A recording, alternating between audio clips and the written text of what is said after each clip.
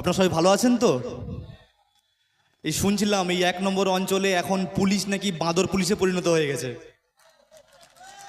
Police এখন বাড়ির চালে উঠে যাচ্ছে। বাড়ির চালে উঠে গিয়ে যে সিভিক ভলেন্টিয়ার আছে ওদের দ্বারা প্রভাবিত হয়ে ওদের বাড়িতে বাড়িতে গিয়ে চাপ সৃষ্টি করছে, মারধর করছে।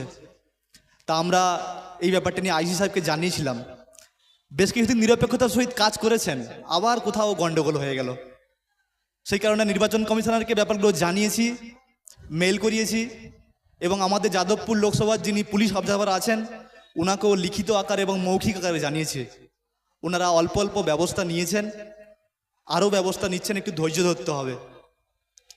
এই পুলিশ এখন তোলামূল বাহিনীতে পরিণত হয়ে গেছে। তারপরেও কিন্তু আমরা যথেষ্ট শক্তিশালী এবং আমাদের সংগঠনকে ওরা কোনো অংশে হার মানাতে পারছে না। তাই বাধ্য হয়ে কিন্তু এই তোলামূল পুলিশ দিয়ে আমাদেরকে জব্দ করার চেষ্টা করছে। জব্দ করতে পারবে নাকি আমাদের? আমরা তো আইএসএফ করি।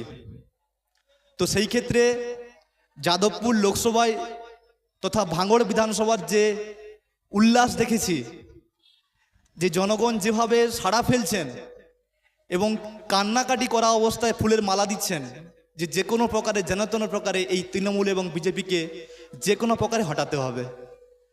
তাই খামচিহ্নে যত বেশি সম্ভব হয় সকাল সকাল গিয়ে ভোট দেবেন এবং প্রতিবেশী আত্মীয় স্বজন যারা বন্ধু বান্ধব আছেন ওদেরকেও উদ্দীপিত করবেন যে তৃণমূলের যে সমস্ত কর্মকাণ্ড ওরা করে গেছে সেগুলোকে ভুলে গেলে হবে না। বা 500 টাকার ওই টাকা নিয়ে নিলাম বা বিরিয়ানি খেয়ে নিলাম, দিয়ে আমরা ভুলে গেলাম, অন্য কোথাও চলে গেলাম, এটা করলেও চলবে না। অতএব বেশি বেশি করে খামচিহ্নে ভোট দেওয়ার জন্য সবাইকে বলবেন।